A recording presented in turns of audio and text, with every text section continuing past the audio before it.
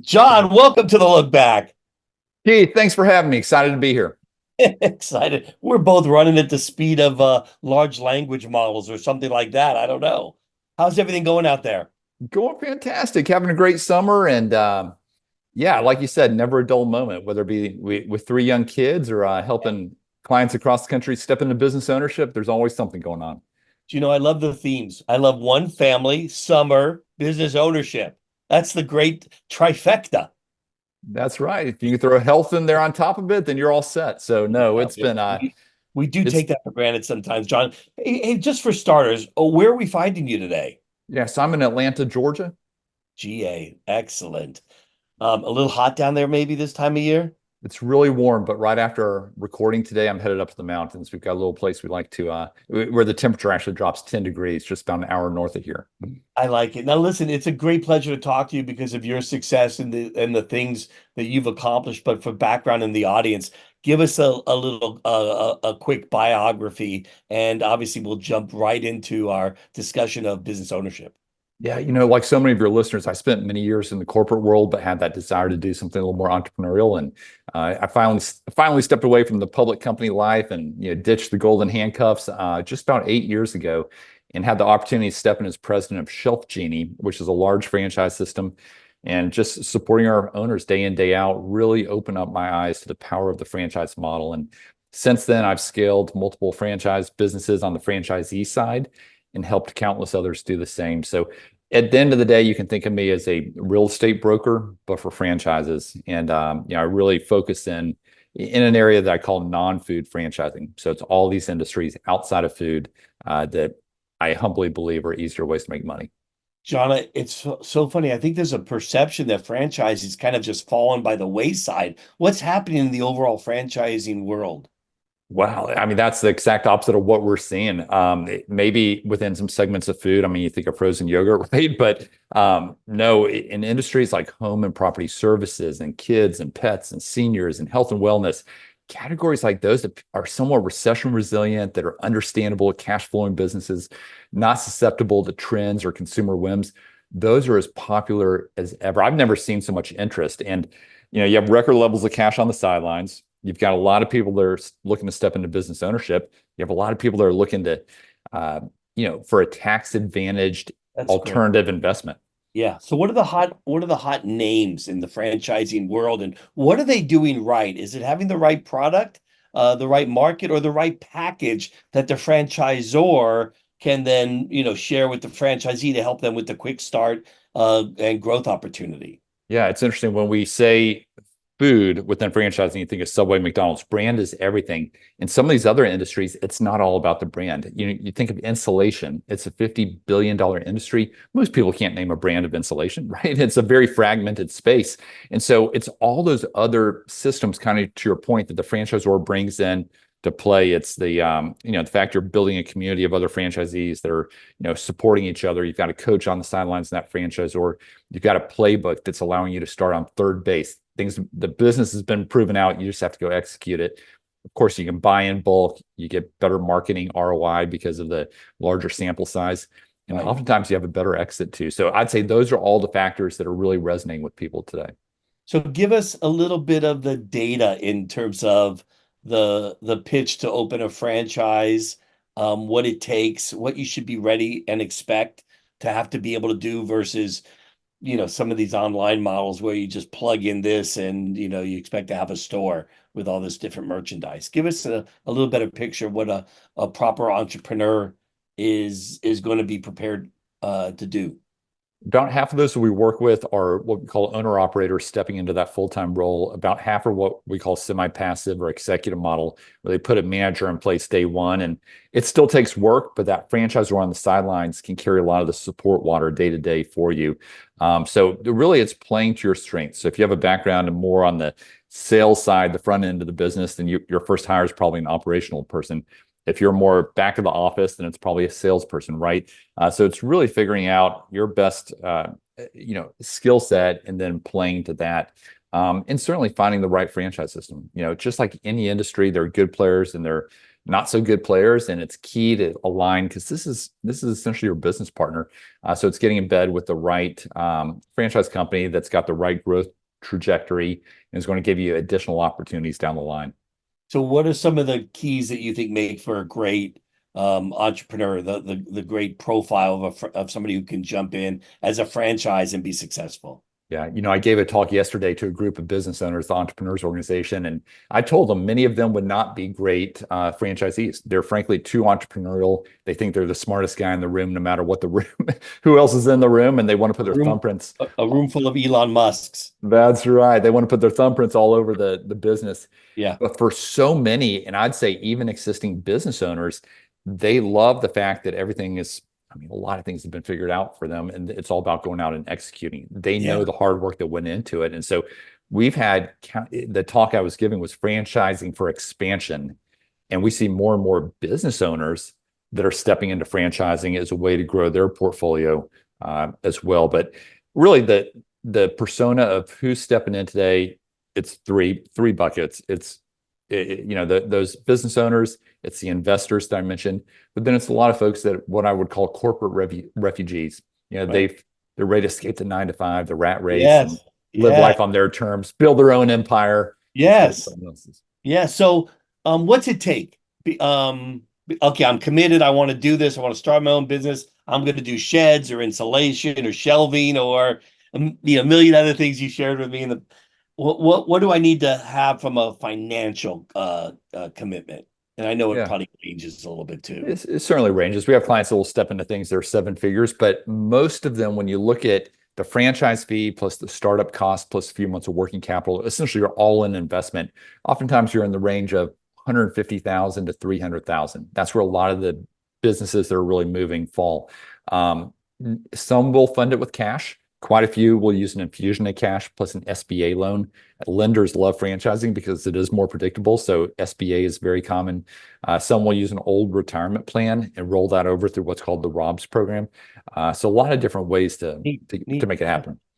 And what kind of payback models do you work on? Like, okay, I'm going to put 150 in. I've got to pay for my, whatever retirements or whatever else with this money. So what kind of, is it before you can start earning, before you start breaking even, I mean, is there, again, I know there's got to be a sliding scale and it's going to vary based on what business is, but give me some ideas in that area. I'm sure that's a concern for some that are investing. The margins are across the board. There are a lot of factors. Obviously, no one's going to run the business like the one with the skin in the game. So, if you're an owner operator, you're probably going to ramp up a little bit faster.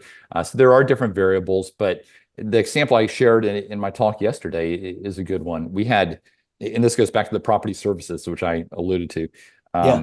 We had a dozen clients buy into a gutter business 2 years ago. Gutter installations. That's a $6 billion industry. Their all-in investment was around 250,000. Well, the franchisees in the system are averaging 1.5 million, and they're kicking off at 25% bottom line return. So that's 375 to the bottom line on an initial investment of 250, and you're building towards an exit, and you get the tax advantages of being a business owner. So not every franchise provides a 25% bottom line margin. There's a reason why we had a dozen clients buy into that one. But this is really interesting, Keith. We had doctors, we had Yeah. attorneys, we had Well, existing listen, businesses. my dad told me when I was thinking about not going to college, he said, "Hey, the world needs gutter diggers or something like that." It's those niches. People Yeah, love niches. It's, just to give you an example of some of what we're seeing. I mean, the hottest franchise in the past year did men's health, testosterone replacement therapy. Again, a very fragmented space. They're bringing in a company that all of a sudden has become the largest. It's businesses in the home and property services arena, like temporary walls, containment walls around a construction site, setting those up, taking them down. It's an equipment rental business, unbelievable. recurring revenue. Yeah. A lot of activity in the pet space, like dog training is one we've had clients do really well in. Youth soccer, is been killing it. In-home senior care, just so many macro factors to support each of those industries. Yeah. Hey, as we jump in, I want to make sure I get your information of where can people learn more about what you're doing. Yeah, come out to our website, franbridgeconsulting.com, FRAN, bridgeconsulting.com. Right. And yeah, if you share your email address, would love to reach out and share a copy of our book, Non-Food Franchising, Yes. with any of your listeners. So just let us know. And if Boy, they would that's like to, poignant. What is happening in that, medical area? I see commercials for pharma, and then I'm on social media, and I feel like, okay, I clicked on one thing to learn a little bit more about some of the GLP stuff. It's crazy how many things I'm getting hit with. Um, are you active in that? Do those become franchise opportunities? Same with some of these coffees that people are ordering or juices that people are offering. Are those good franchise or are those considered food franchises? yeah, I'll do a little bit of coffee, but I largely, again, my humble belief is there are easier ways to make money that require less capex, fewer employees, less operating hours, higher margins, less susceptible to consumer whims. And so I don't do a whole lot there, but as far as the health space, I'm very interested there. And Yeah. we've had clients buy into things, that provide everything from IV injections to, like I said, TRT. And there are some supplements that go along with those too. So, when you think about the macro trends, like the longevity movement and health and wellness, when you have 10,000 people turning 75 every day, these are things that, end of the day, they're not going to get disrupted by AI and Amazon. These are needs-based businesses that people will always spend on.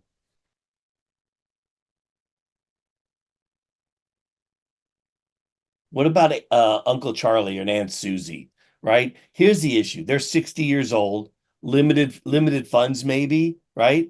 Can they get into the game? They've got hours and nobody wants to hire them.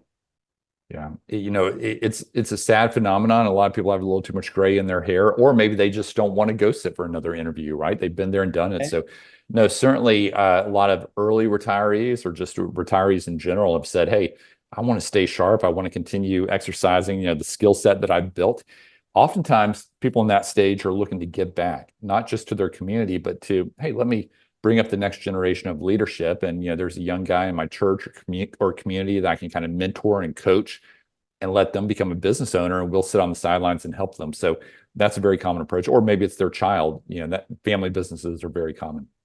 Right. I think we're seeing a wave of entrepreneurship, and it's almost to the point where they have to teach this more in college.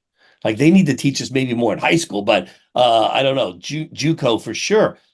Courses on franchising, how to get involved, how to hone your skills, how to be sharper in this, but basically how to run your own business. Because I think we're seeing, I was reading something where Sam Altman, the Yeah. guy who Yeah. started, the Gen AI movement in artificial intelligence said, there's going to be a time where there's a one-person company that's going to generate $1 billion in revenue. Yeah. Now, that's exciting.